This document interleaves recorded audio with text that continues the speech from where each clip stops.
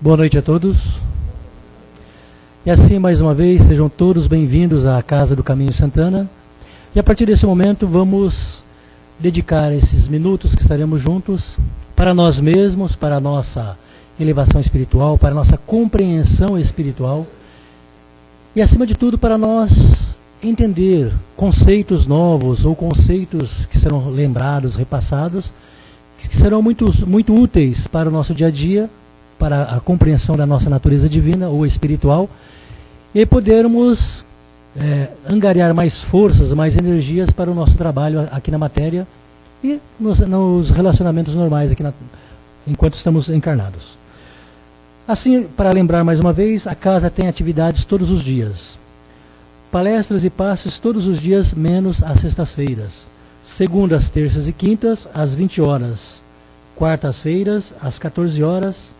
Sábado, às 15 horas. Sábados, às 15 horas.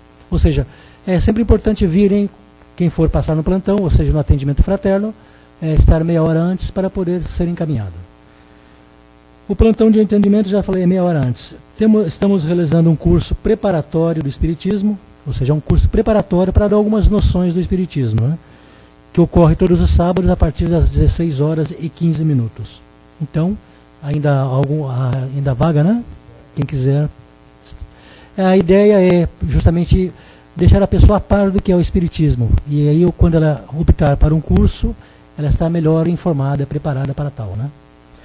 Temos um grupo de apoio a dependentes químicos e familiares. Esse grupo se reúne todas as sextas-feiras, né? Com a finalidade de dar realmente o apoio psicológico, também, né? Mas principalmente o apoio da fraternidade, né? Da compreensão do problema, e munindo de algumas ferramentas, né? Principalmente o relacionamento humano, para poder resolver problemas relacionados à dependência química. Nós temos o trabalho social que ocorre todo segundo sábado de cada mês, com a distribuição de 62 cestas básicas, e também a distribuição de lanches, todos os sábados a partir das 17 horas. Nós convidamos as pessoas a participarem, no sentido também de fazer o trabalho, né, de doação, de distribuição, mas trazer gêneros não perecíveis para nos ajudar na montagem das cestas básicas. Enfim, essa é a campanha do quilo que nós estamos sempre relembrando para participarem e ajudarem, né? Às vezes temos na nossa casa alguma coisa que não usamos durante o mês, ou não usamos, ou compramos em demasia. É útil, é importante trazer, né? Talvez um pacote de arroz, né? 1 quilo de arroz, de feijão, açúcar, óleo, macarrão, né? Coisas que sempre temos e que nunca por demais distribuir, né? Ajudando o próximo. É como diz, né? Quanto mais doamos, mais recebemos. Essa é uma regra da prosperidade, né? Não só a prosperidade material, mas principalmente a espiritual, né? E desta forma, lembramos também da importância do Evangelho no lar. O Evangelho no lar nada mais é do que a leitura, né, do trecho do livro O Evangelho segundo o Espiritismo, com a reunião da família, preferência, né, todos participarem, mas não sendo possível, aqueles que estiverem interessados devem participar. Uma prece inicial, sempre breve, né? Um pedido de proteção ao ambiente seria interessante também, a leitura de um trecho do Evangelho segundo o Espiritismo e o comentário respeitando as opiniões que muitas vezes não são divergentes, né? Colocado isto, faça a seguir uma vibração. Vibrar significa você pensar, doar, né? Sentimentos elevados às pessoas mais carentes, mais necessitadas, e com certeza somos uma delas, né? E depois uma prece de agradecimento, onde você agradece a Deus a oportunidade daquela reunião, que aparentemente é uma coisa simples, não tem nada de importância. Estou olhando materialmente, mas a importância espiritual é muito grande.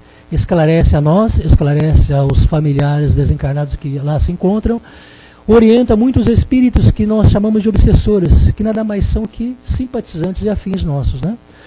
E assim a importância do Evangelho no lar é uma proteção e uma asepsia que fazemos em nossa casa mental e nossa casa física, nossa casa espiritual e nossa casa física.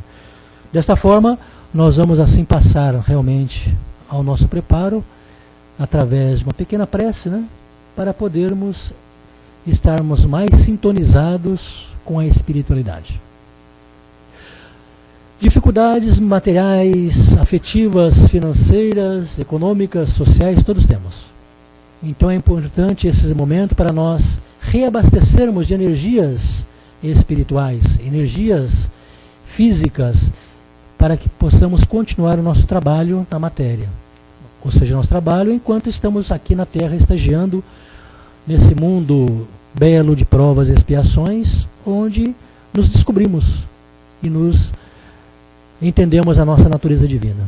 Convictos da ação de Deus através de nosso semelhante e da espiritualidade aqui presente, rogamos a Deus a sua bênção, a sua proteção e o amparo a todos nós. Que benfeitores espirituais, que sabemos que já se encontram, possam, nesta noite, envolver muitos irmãos que aqui vêm buscar o lenitivo para as suas dores. Que essas possam ser não extirpadas ou extintas ou alijadas de si, mas entendidas como uma ferramenta de aperfeiçoamento espiritual. E assim, cheio de luz, de certeza e de fé no coração, nós vamos abrindo espaço para a nossa palestra, que vamos envolver carinhosamente nosso palestrante, o Sr. Gessé, que tem por base, nessa noite, segundo o livro dos Espíritos, né, Gessé? E tem o capítulo 19, que tem por título Todos os Dias. Vamos envolver o nosso irmão com muita paz e atentos ao que ele está dizendo, né?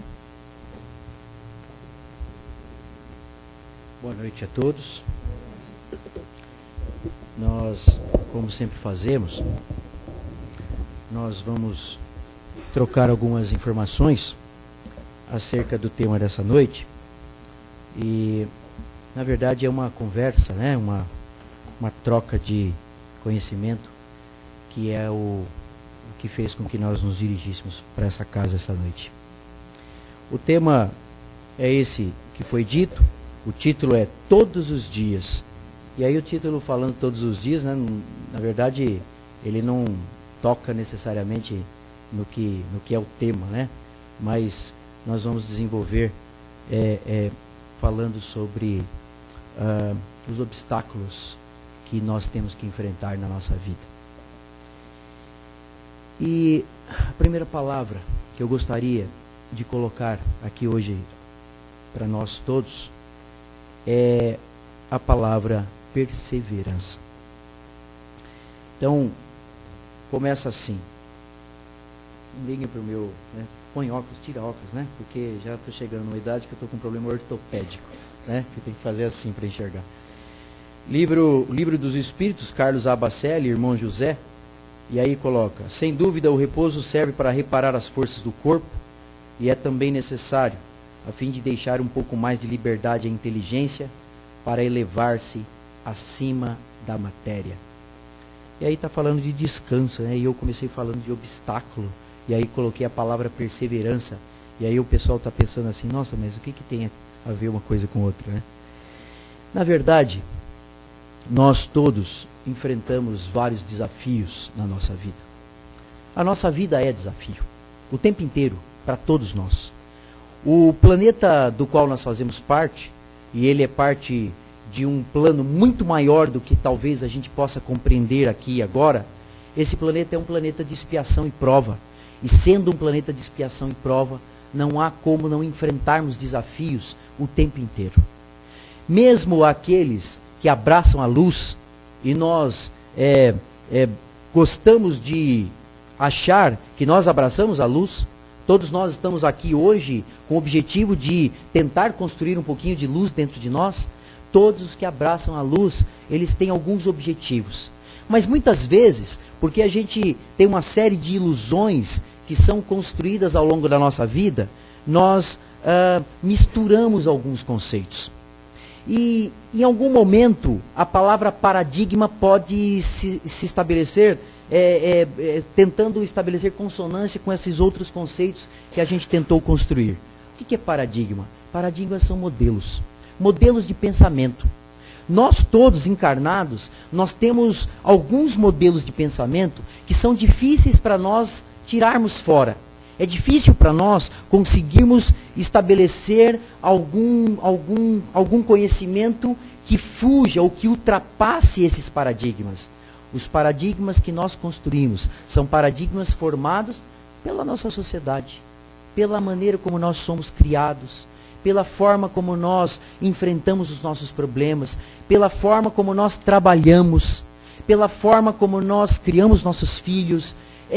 Todos esses conceitos, eles estão muito, entre aspas, contaminados desses paradigmas, modelos mentais.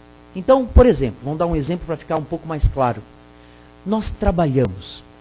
E aí, se nós perguntarmos para a maior parte das pessoas, por que trabalhamos? A maior parte das pessoas dirão, trabalho porque eu preciso ganhar dinheiro, porque eu preciso sustentar a minha família, porque eu preciso ter coisas materiais para poder avançar na minha vida, que também é material. E aí, claro que a resposta é uma resposta coerente. Mas se nós pensarmos em termos espirituais, o trabalho é muito mais do que isso. É muito mais do que esse paradigma, esse modelo que a gente aprendeu a construir desde sempre, né? E que não é culpa de ninguém. Nós aprendemos dessa maneira e é difícil ultrapassar essa maneira de pensar. Mas o trabalho, ele é muito mais do que isso. Nós não trabalhamos apenas para ganhar dinheiro. Os espíritos colocam claramente que o trabalho, ele é muito mais do que apenas o angariar coisas materiais, o angariar títulos, o angariar poder, porque aí através das coisas materiais a gente tem acesso a outras coisas que também são importantes nesse plano físico. O trabalho, segundo o plano espiritual, ele é muito mais do que isso. A gente trabalha porque nós precisamos melhorar cada vez mais. Porque nós precisamos atingir determinados objetivos que estão para além dos objetivos materiais. Nós trabalhamos aqui, agora, e continuaremos trabalhando em outros planos. E nos outros planos, não necessariamente pelas coisas materiais. Portanto, o trabalho, a ideia de trabalho, ultrapassa esse plano. Eu dei esse exemplo apenas para mostrar como nós temos alguns paradigmas. Nós estudamos para quê? Nós estudamos para ter diplomas. Nós estudamos para enriquecer o nosso currículo. Nós estudamos para ter maiores chances no mercado de trabalho. E aí o tempo inteiro procurando cursos, pós-graduações, especializações e outro curso de graduação. E aí um estágio no exterior. E o tempo inteiro nós buscamos estas coisas, não necessariamente pelo conhecimento, mas nós buscamos estas coisas porque elas têm um valor no plano físico, do qual nós fazemos parte. Mas, para o plano espiritual, o conhecimento está além do corpo físico. Este corpo físico vai passar. O que vem da terra volta à terra. E os nossos títulos acadêmicos, as nossas pós-graduações, as nossas especializações, os nossos tudo, eles serão ultrapassados pelo tempo. Porque o conhecimento, ele está além dessa matéria. O conhecimento está além deste tempo e deste espaço que nós conhecemos. O conhecimento nos acompanha onde quer que nós estejamos. Ele nos acompanha para além da vida e para além do que nós chamamos morte. Portanto, o conhecimento está muito além, assim como o trabalho, ele está muito além desse plano.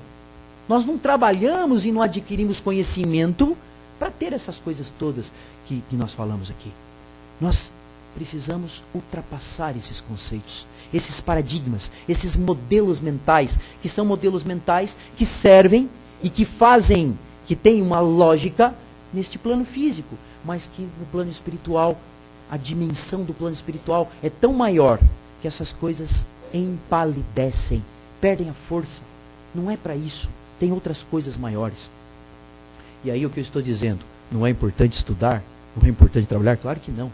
É claro que é importante fazer todas essas coisas, mas ultrapassando esses conceitos básicos do plano material, nós estamos aqui hoje trocando conhecimento. É um conhecimento que enriquecerá algum currículo material deste plano? É claro que não, mas todos nós aqui estamos interessados em adquirir alguma coisa que faça sentido para nós. Então, nós construímos, muitas vezes, ilusões que são base da nossa vida, mas que na verdade não são as coisas mais importantes da nossa vida. nós tentamos construir uma paz que é uma paz válida neste plano, mas que não é uma paz que nos acompanhará por vezes, se ela for baseada nas questões materiais, que nos acompanhará em outros planos.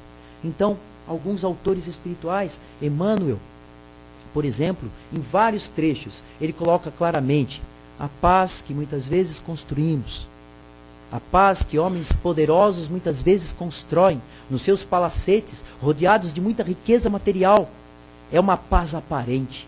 Essa paz, ela não permanecerá no plano espiritual. Muitas vezes, aquela paz ela é uma paz aparente, rodeada de riqueza, rodeada de luxo, rodeada de algum repouso. E aí o tema aqui começa falando da necessidade do repouso. Claro que é importante o repouso, mas aquilo que nós construímos no plano físico, aquela paz, aquele pseudo-equilíbrio, muitas vezes é apenas aparência que não se sustentará no plano espiritual.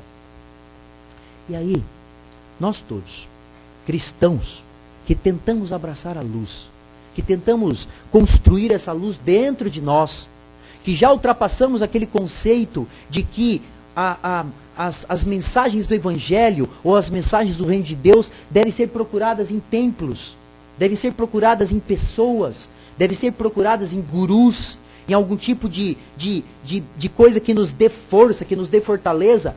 Nós não construiremos nada que não possa ser construído de dentro para fora.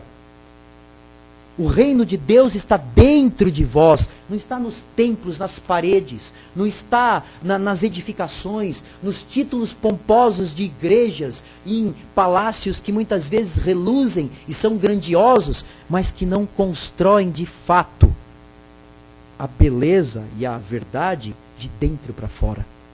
As verdades que são construídas, o reino de Deus está dentro de vós. As verdades que são construídas de dentro para fora, elas permanecem. Não importa o tempo, não importa a construção ou a destruição, ela está construída em nós, no Espírito. E aquilo que está construído no Espírito não pode ser apagado. Nem a morte apaga isso. Não há morte. Não há morte. Nós já aprendemos isso. Ela destrói-se o corpo físico, volta para a terra, porque é átomo. Mas o Espírito permanece, o conhecimento permanece, o trabalho permanece em todos os quadrantes do universo. Aqueles que aprenderam essa lição, ao serem procurados no plano espiritual, eles vão estar perto do trabalho. E não é um trabalho baseado em busca de riqueza, em bens materiais. É um trabalho baseado na construção de outros espíritos que podem vir até eles. Todos os espíritos, em todos os quadrantes, trabalham. A natureza é a natureza do trabalho. Né? Então, quando nós, cristãos, que já aprendemos algumas coisas básicas, aprendemos muitas vezes racionalmente, aprendemos muitas vezes intelectualmente, mas ainda temos dificuldade de construir isso dentro de nós. Porque é difícil mesmo, demora, é um aprendizado constante. E todas essas pessoas, muitas vezes, procuram respostas para suas vidas, e respostas que são respostas muito circunscritas naquele pequeno espaço de tempo e naquelas questões que mais as afligem. Quais são as questões que mais nos afligem? As questões materiais, os problemas de relacionamento, as dificuldades que nós temos na nossa própria família, as dificuldades que nós temos de levar adiante trabalhos que nós nos propomos, tarefas que nós nos propomos, mas que por qualquer obstáculo a gente abandona, porque você percebe que, você acha que aquilo não é tão importante quanto outras coisas que nós fazemos. Então, aqueles que já aprenderam isso, buscam, e a gente vê isso o tempo inteiro, em todos os lugares, buscam nos lugares, nas pessoas, nos templos, respostas para a sua vida. E ficam pulando de lugar em lugar. Pulam para cá, tentam obter respostas, aí não obtêm as respostas que desejavam.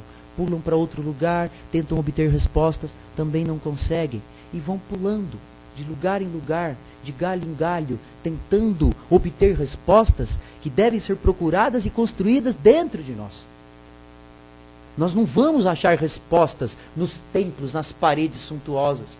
Não vamos achar respostas nas pessoas, nos gurus, quaisquer que eles sejam, em quaisquer lugares, quaisquer que forem os lugares. nós não vamos achar respostas que não possam ser construídas de dentro para fora. Essa construção é difícil.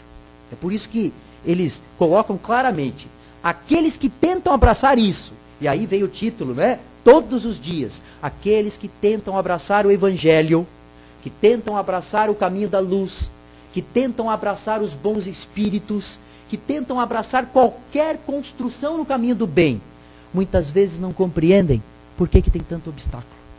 Nossa, mas eu vou ao centro espírita todos os dias, ou 3 vezes por semana. Eu participo disto, daquilo e daquilo outro. E eu não consigo compreender por que a minha vida tem tantos problemas. Então não está dando certo. Será que os espíritos não gostam de mim? Será que os espíritos superiores, os espíritos de luz, eles não gostam de mim? Então é porque lá não é um centro forte. Eu vou procurar um centro que seja mais forte, que possa resolver os meus problemas. E aí vamos lá, caminhando, achar um centro forte. Às vezes, e muitas vezes acontece isso, alguns espíritas tentam procurar, cristãos espíritas, tentam procurar respostas para os seus problemas materiais, para os seus problemas de relacionamento, para os seus problemas de família. Todos nós temos. Quem é que não tem problema? Se nós não tivéssemos problema, nós não estaríamos aqui num planeta de expiação e provas. Todos nós temos, e muitos problemas. Todos nós temos muitos fantasmas que precisam ser enfrentados. Mas aí nós não encontramos lá, naquela casa espírita. E a gente procura outra casa espírita. Mas aí também não dá certo. Aí a gente assiste um programa na TV que fala determinadas coisas com uma retórica impressionante. E aí você fala, puxa vida, será que eu vou dar certo mais lá? Minha vida está detonada mesmo, tem uma série de problemas. E eu vou na igreja X. E lá alguma coisa, né, me diz que vai melhorar. E aí algumas pessoas saem das verdades. E aí eu não estou colocando verdade como coisa absoluta. Por favor, não entendo dessa maneira.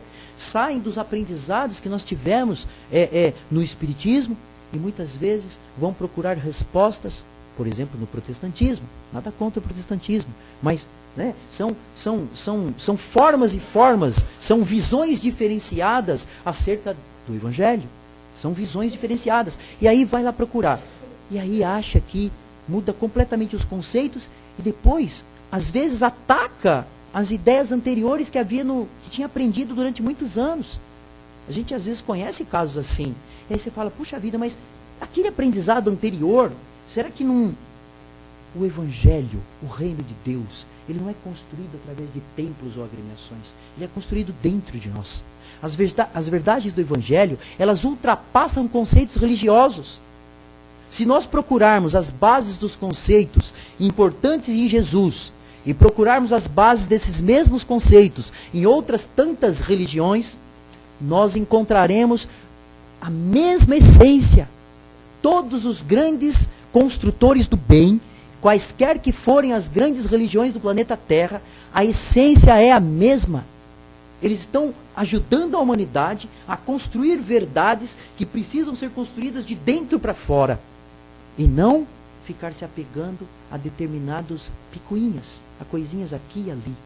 Quando nós abraçamos a verdade do Evangelho, quando nós a tentamos construir de fato, de verdade, o reino de Deus dentro de nós, nós precisamos estar preparados para obstáculos, sim. Não nos enganemos, os obstáculos virão, porque se a sua perseverança, a sua vontade é de trabalhar na direção do bem e na direção da luz, outras forças opostas ou outras forças contrárias, por algum motivo, elas tentarão de alguma maneira turvar o seu caminho. E aí vai haver obstáculos, haverá obstáculos. Todos os grandes construtores do Evangelho, inclusive Jesus, enfrentaram grandes obstáculos. E aí, o irmão José coloca aqui claramente isso.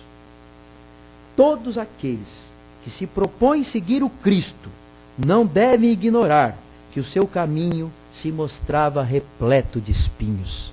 Se o caminho do nosso Mestre Jesus, que foi o maior espírito que já pisou nesse planeta, trazendo para nós verdades incomensuravelmente importantes para a nossa vida espiritual, se ele enfrentou dificuldades, por que nós, que somos infinitamente menos capacitados, que somos infinitamente menores que Jesus, por conta da grandiosidade do Espírito que ele era, por que nós não enfrentaremos problemas? É claro que nós enfrentaremos problemas, mas a lição do Evangelho é a lição de esperança. E ele dizia assim, olha lá, não raro, as questões mais delicadas com as quais era chamado a lidar eram criadas justamente pelos companheiros mais próximos. A gente acha que os problemas virão de fora. Na verdade, os maiores problemas que nós temos vêm de nós mesmos e das pessoas que nos rodeiam mais próximas. Família consanguínea. Se não fosse a necessidade de nascermos juntos, de trilharmos lutas conjuntas, nós não teríamos nascido no mesmo grupamento familiar. É importante enfrentar esses problemas com lucidez, com perseverança, porque eles virão, não tem como. Os companheiros das agremiações, nós temos trabalhos importantes a serem feitos, mas muitas vezes uma mágoazinha aqui, um melindre ali, uma palavra mal colocada ali, um mal entendido acolá, e nós nos vemos muitas vezes afastados, magoados, entristecidos. E aí, qual é a primeira coisa que nós fazemos quando a nossa dificuldade nos assalta? A primeira coisa que a gente faz é reavaliar a tarefa a qual nós abraçamos. Reavaliar a tarefa. Você começa a pensar assim, será que vale a pena eu continuar fazendo este trabalho? Será que vale a pena esse esforço? Olha lá, os meus próprios companheiros estão me apunhalando pelas costas. E aí nós começamos a construir determinadas posturas mentais que acabam sendo obstáculos para a nossa própria vida. Quem já não passou por isso? Todos nós já passamos por isso.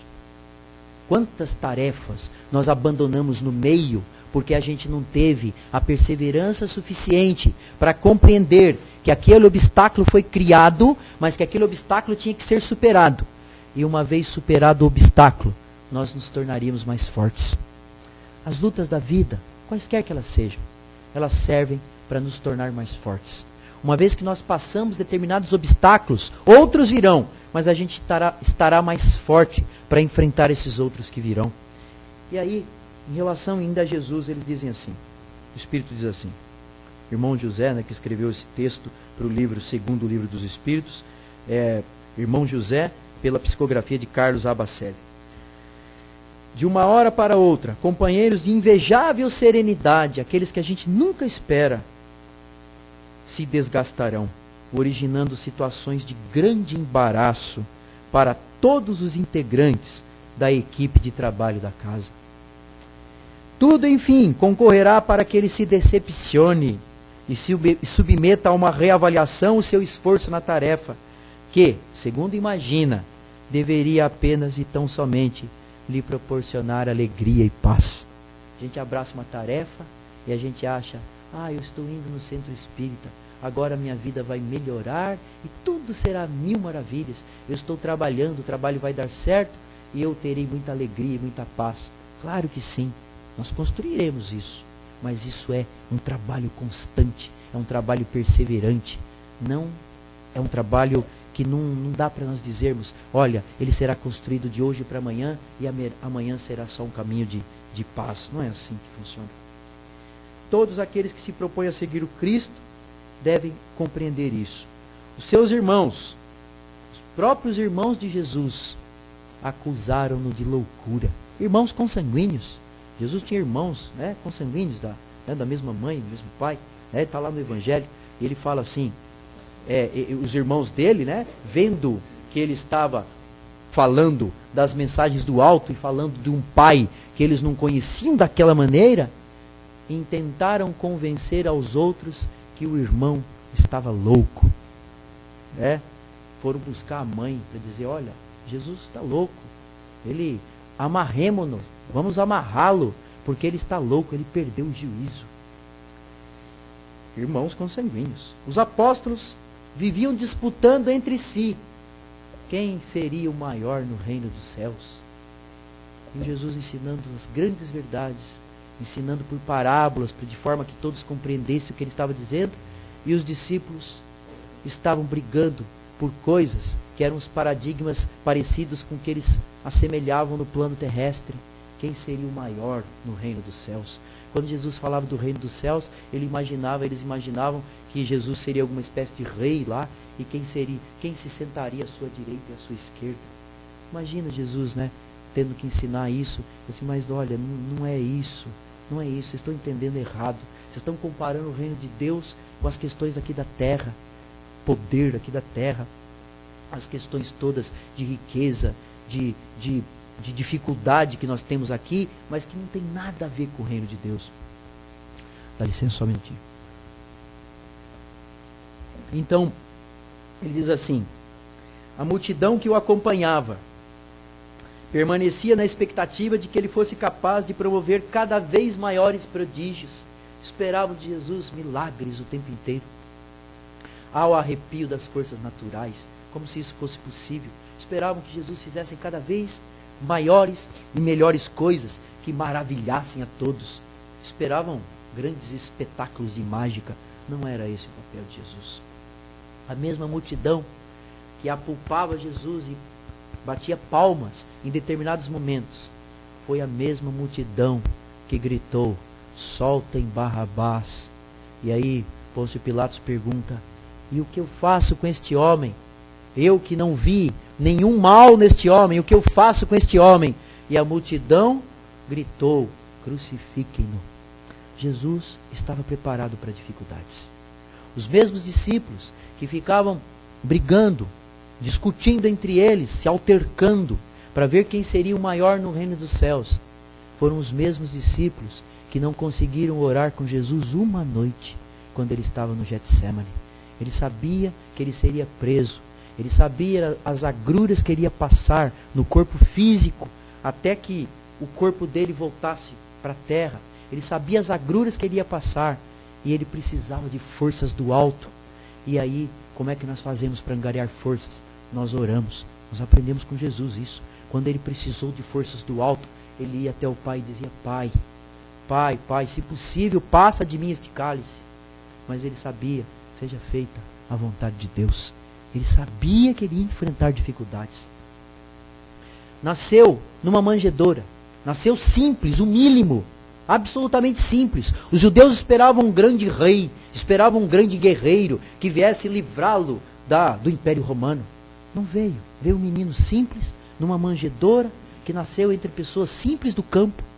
Esse menino veio trazer as grandes lições do Evangelho, que é a maior mensagem que a terra já recebeu e que serve de bálsamo para o nosso coração. Esperança. Ele veio trazer uma mensagem de esperança. Ele não veio trazer uma mensagem de condenação. Muitos usam as mensagens do Evangelho como forma de coagir os outros espíritos, como forma de coagir outras pessoas. As mensagens do Evangelho são, sobretudo, mensagens de esperança, mensagens que servem como bálsamo para o coração maltratado das pessoas. Aqueles que abraçam as verdades do Evangelho sabem que enfrentarão dificuldades, mas sabem que não estarão sozinhos. Não há solidão. Nós podemos, nas dificuldades maiores, quando o nosso coração está muito angustiado e as nossas lágrimas descem pelo rosto, e quando a gente não sabe o que fazer diante do desespero, eles nos ensinam: fecha a tua porta, em silêncio, procura o teu Deus, aquele que ora em silêncio, e o Pai que está no alto verá o teu esforço, Ele te ouvirá. Nós seremos ouvidos. Então, a mensagem do Evangelho é uma mensagem para afastar a dor, para afastar a solidão. Não é uma mensagem de acusação. Embora muitas vezes ela acabe trazendo coisas que nos fazem pensar como é que é para eu modificar o meu próprio comportamento. Mas ela é, sobretudo, para todas as pessoas, uma mensagem de esperança. É por isso, os obstáculos e as mensagens de esperança, que elas calam mais fundo nos corações dos que sofrem. Aqueles que têm o coração ensoberbecido, que têm muita arrogância ainda, que não conseguem ainda dobrar o seu espírito e dizer assim: Pai, eu preciso de Ti. Eu não tenho como enfrentar esses problemas. Eu estou tentando, eu estudo, eu trabalho, eu enfrento o mundo, mas tem algumas dificuldades que eu não tenho forças para enfrentar.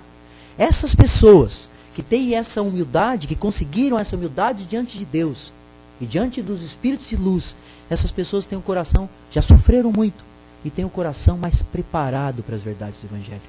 Aqueles que têm muitos acessos aos poderes desse mundo, que têm muitos acessos a aqueles paradigmas que são os mais importantes aqui, dinheiro, poder, né, currículos importantes, imponentes, essas pessoas têm mais dificuldade, elas ficam muito mais na letra, na parte racional, na parte intelectual, conquanto importantes, mas elas não atingem o sentimento. Elas não conseguem, as palavras não penetram. É como se nós fôssemos impermeáveis. E aí passa, né? Entra pelo intelecto, passa lá pelos nossos conceitos, muitos deles elaborados através de teorias várias de universidades, e aí a gente faz toda uma elaboração mental, né? E aí aquilo não penetra no nosso coração, que é o mais importante. As palavras do Evangelho, elas tocam mais as pessoas simples, elas tocam mais as pessoas humildes, elas tocam mais as pessoas que sofreram mais, e que, porque sofreram mais, se vergam mais do ponto de vista espiritual. Os outros todos, nós teremos a chance também de compreender isso, mas precisamos vergar o nosso espírito. Humildade e perseverança, o tempo inteiro, né? Só para exemplificar e finalizando, que eu acho que já estou terminando aqui, não dá mais tempo, né? A gente prepara uma série de coisas e depois acaba falando de outro jeito. O plano espiritual atua e você acaba falando de outro jeito. Chico, por exemplo, né, que é um exemplo, tem esse livro aqui, Testemunhos de Chico, né?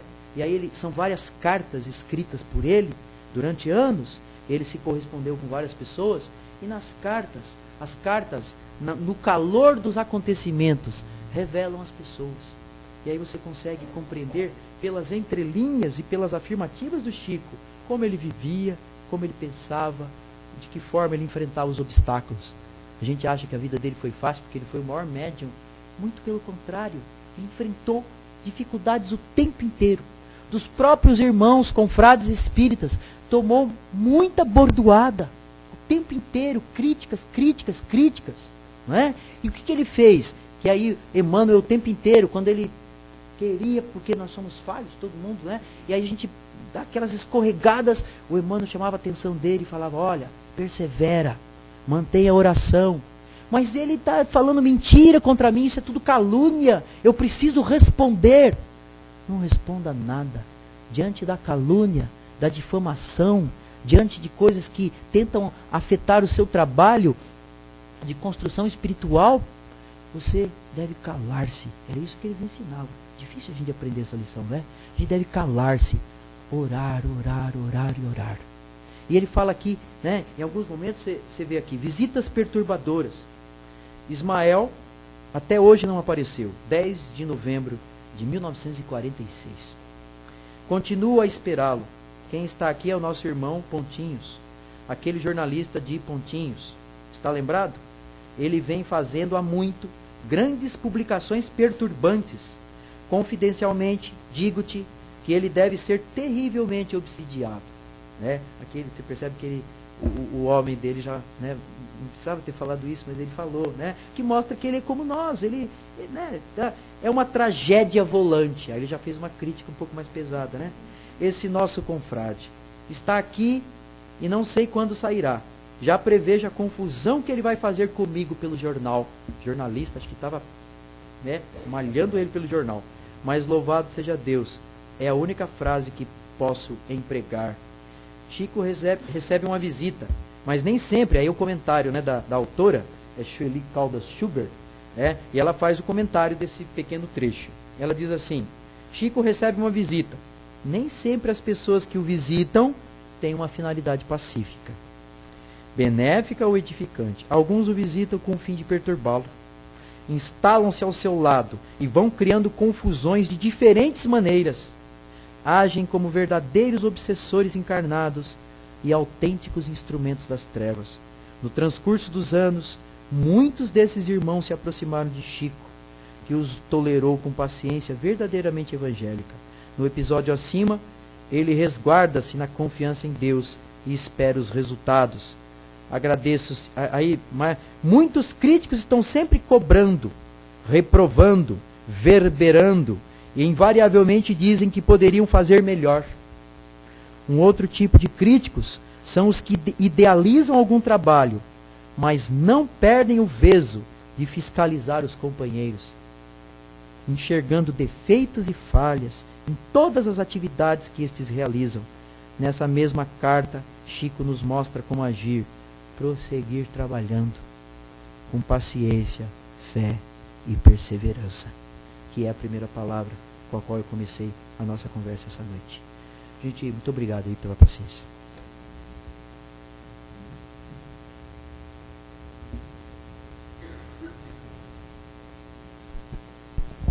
Bom, nós vamos abrir o espaço para perguntas.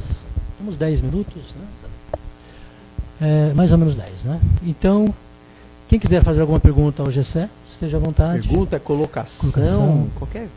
Qualquer palavra é bem-vinda, gente. Um complemento, né? Isso. Ou fazer a palestra. Também, pode Fique à vontade, tá? Brincadeira à parte, né? Então, um de cada vez para não complicar muito, né?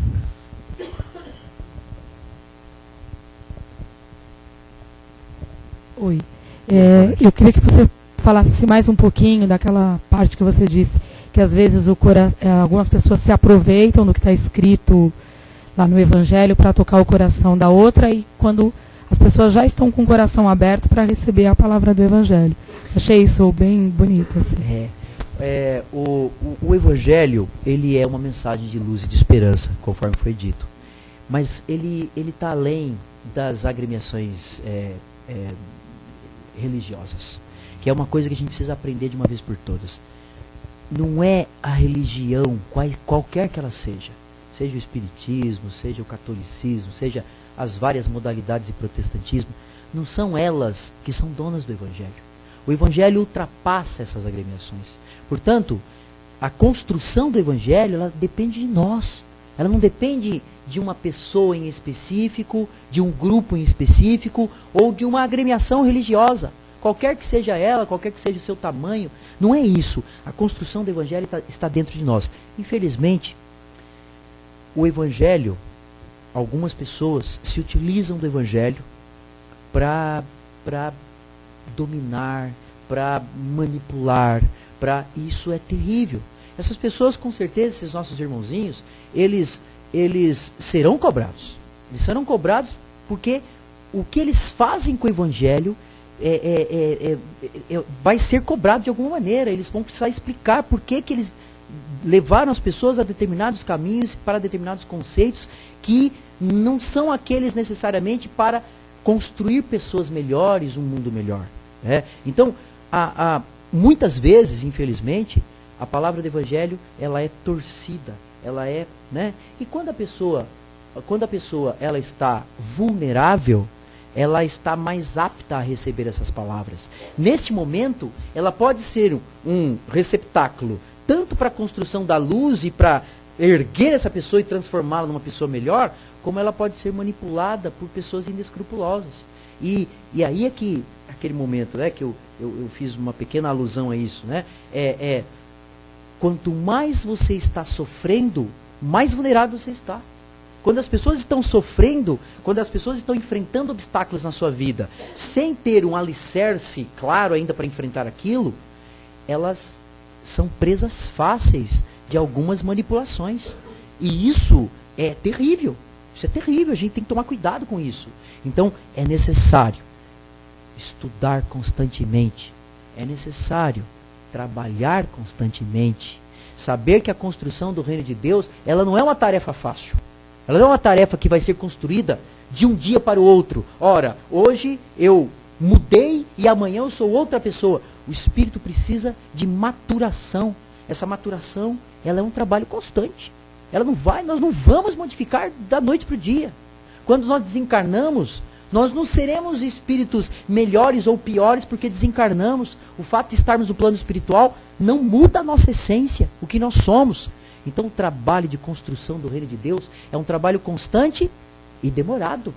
Não é uma coisa que acontece de uma hora para outra. É claro que uns dando as mãos para os outros, nós uns apoiamos os outros e a gente consegue enfrentar com mais facilidade os obstáculos. Mas, nos momentos em que nós estamos vulneráveis, nós temos que tomar cuidado, porque nestes momentos, nós podemos ser presa fácil, às vezes, de determinadas posturas que não são tão adequadas.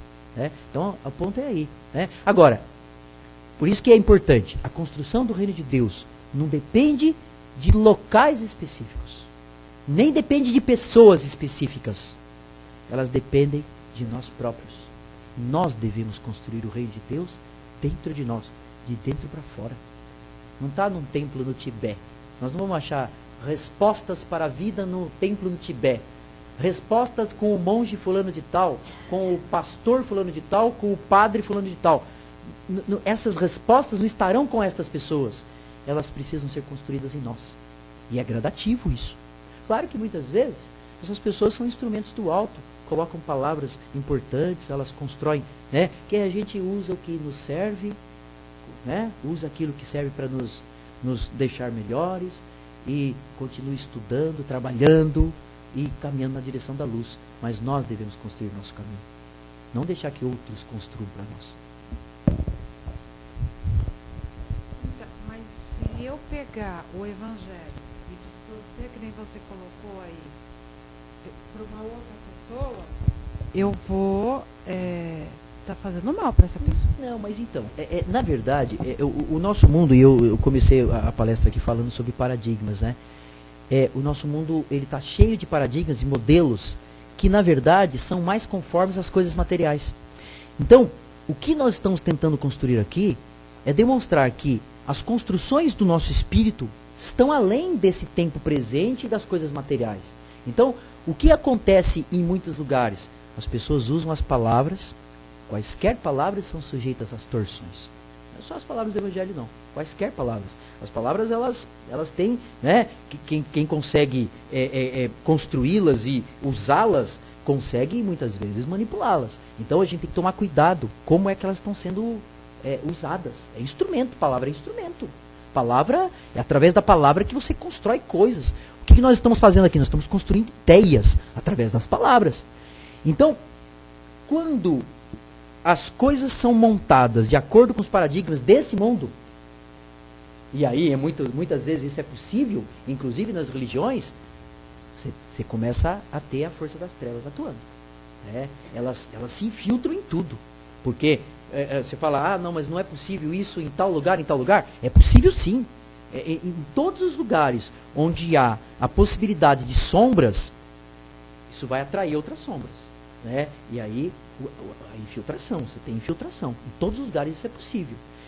Quando nós não compreendemos direito o que significa as mensagens do Evangelho, que em essência é esperança, construção de paz, construção de trabalho, perseverança para melhorar a nós próprios, aqueles que estão ao nosso redor e o mundo que nós habitamos, quando a gente não entende o que significa isso, a gente está sujeito a manipulações. E normalmente as manipulações têm a ver com as coisas materiais. Porque a maior parte das pessoas procuram os lugares querendo resolver questões daqui, não as questões maiores. As pessoas querem resolver problemas específicos da vida material, da vida amorosa, dos relacionamentos, questões que muitas vezes são muito pequenas diante da grandiosidade do que é o plano espiritual. E é aí que as trevas atuam. É aí que elas manipulam. É mais fácil. Né? As pessoas acabam abraçando. Então é essa a ideia. Espero que eu tenha conseguido responder essa pergunta. Ok, mais alguém? Temos espaço para mais uma.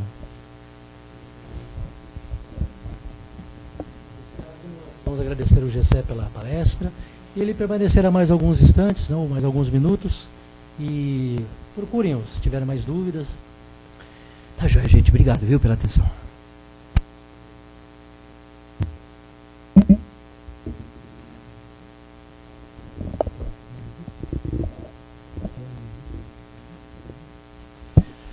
Muito bem. Após a palestra, as orientações do nosso palestrante, Gessé, vamos assim dedicar agora mais alguns minutos para nós mesmos, né? E depois ao passe. Mas primeiramente vamos lembrar que há 207 anos atrás nascia Allan Kardec. Nascia na cidade de Lyon, há 207 anos atrás, aquele que seria o codificador da doutrina espírita. Porém, nós sabemos que Deus não entrega a qualquer um missões, né? Mas entrega àqueles homens que estão preparados para tal. A primeira encarnação de Kardec, ou uma das, ocorreu há muitos anos atrás, na constelação de Orion. Na época de Júlio César, o grande imperador romano, alguns anos antes do nascimento de Cristo, Kardec lá estava nas Gálias como o sacerdote druida.